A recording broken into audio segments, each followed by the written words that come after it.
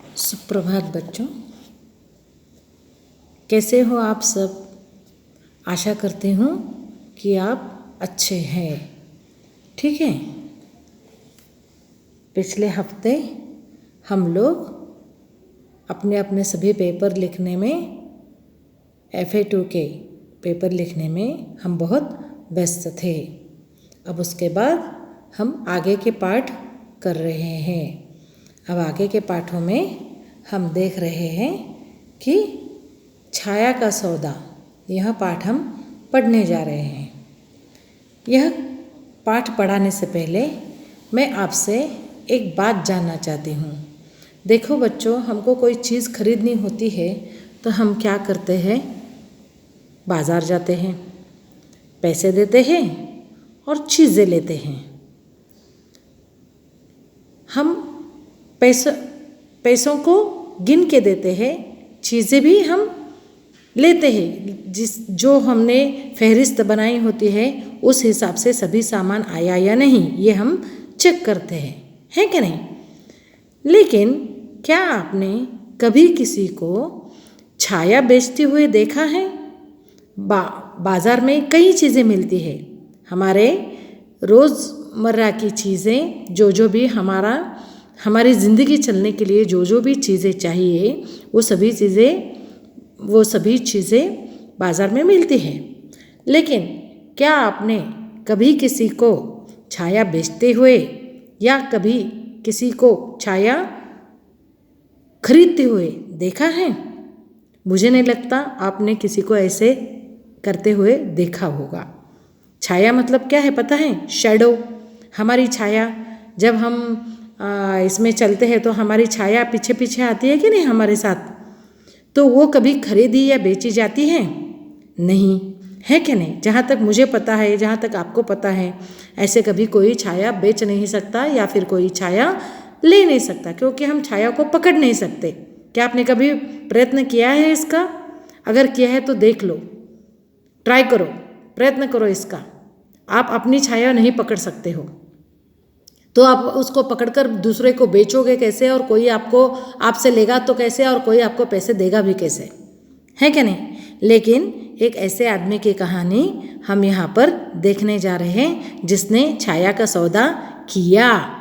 सौदा क्या है? लेना देना, लेन देन, छाया का लेन देन किया। वो भी किसने? एक कंजूस आदमी ने। कौन है वो कंजूस आदमी? उसका नाम क्या है? वो किस तरह करता है? वो हम इस पाठ में देखने जा रहे हैं। ठीक है, देखेंगे। अपना और पाठ्य पुस्तक निकालो, पन्ना नंबर 23। इस पर दिया है छाया का सौदा। पाठ चौथा, छाया का सौदा। एक शहर में पोपटलाल नाम का बहुत कंजूस व्यक्ति रहता था।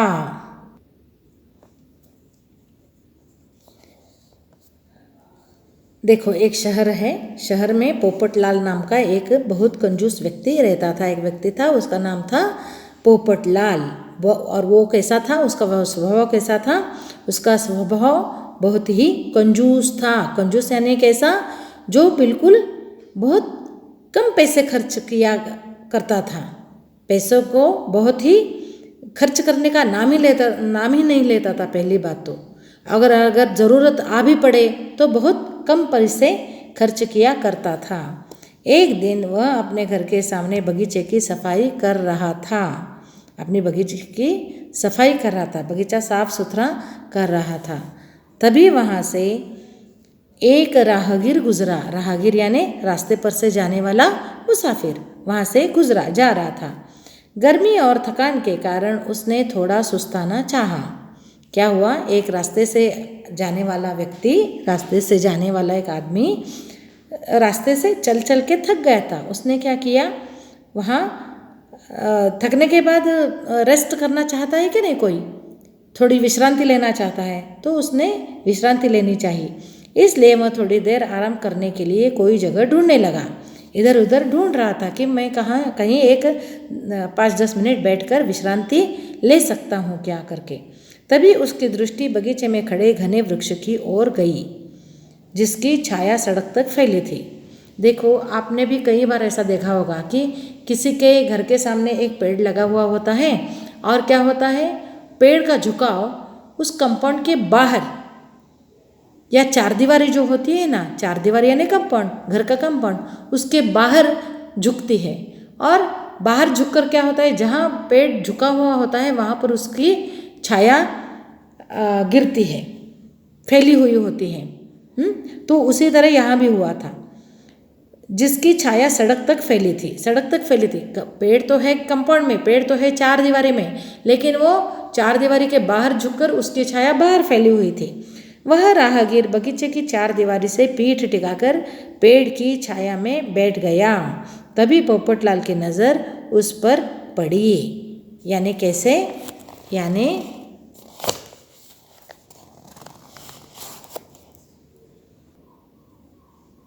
देखो इस पिक्चर में देखो, यहाँ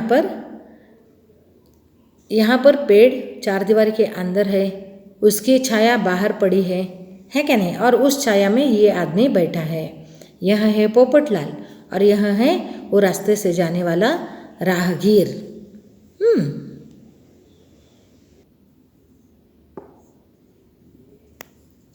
वह गुस्से से चिल्लाया, ए हटो वहाँ से, कहीं और जाकर बैठो।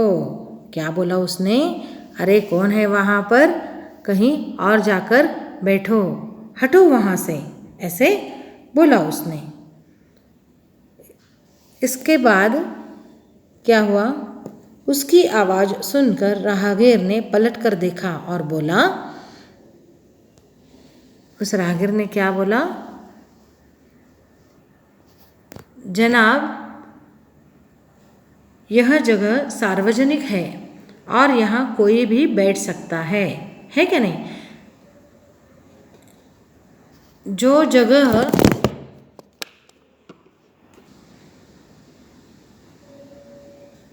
जनाब यह जगह सार्वजनिक है और यहाँ कोई भी बैठ सकता है, मुझे मत समझाओ।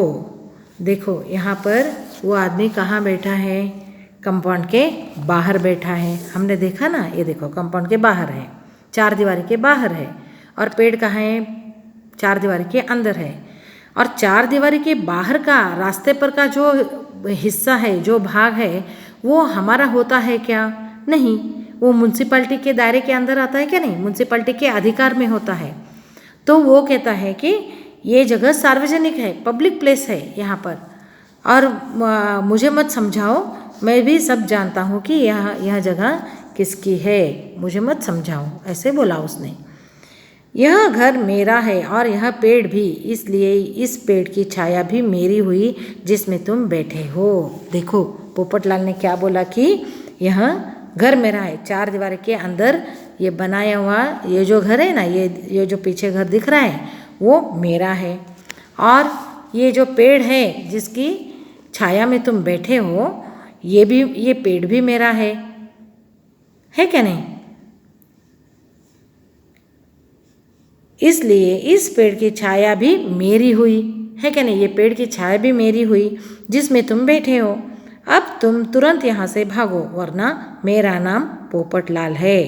पोपटलाल गुस्से से बोला। पोपटलाल ने गुस्से से क्या बोला कि देखो, तुम जिस पेड़ की छाया में बैठे हो वो पेड़ मेरा है, और वो जब पेड़ मेरा है तो वो छाया भी मेरी हो गई, इसलिए तुम यहाँ नहीं बैठ सकते।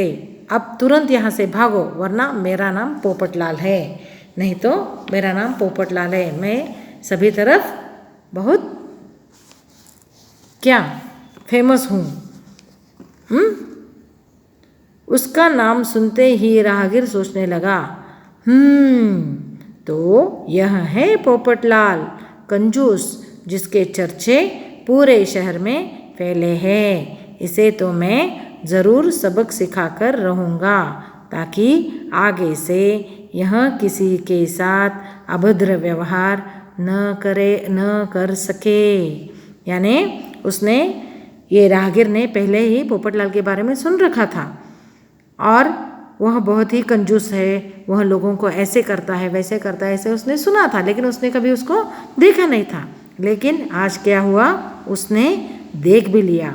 तो उस आदमी ने मन ही मन अपना मन बना लिया कि मैं इसको एक सबक सिखाऊंगा, ताकि आगे जाकर किसी दूसरे लोगों के साथ यह ऐसा बुरा व्यवहार न कर सके। ठीक है, तो आज के लिए इतना ही बस है बच्चों। आप लोग क्या करो, ये पाठ पूरा पढ़ लो, पढ़ कर रखिए। मैं आप लोगों को इसके नए शब्द और अर्थ दे दूंगी। आपको उनको नोटबुक में अपनी लिखना है, अपनी कॉपी में लिखना है, लिख कर पढ़ना है।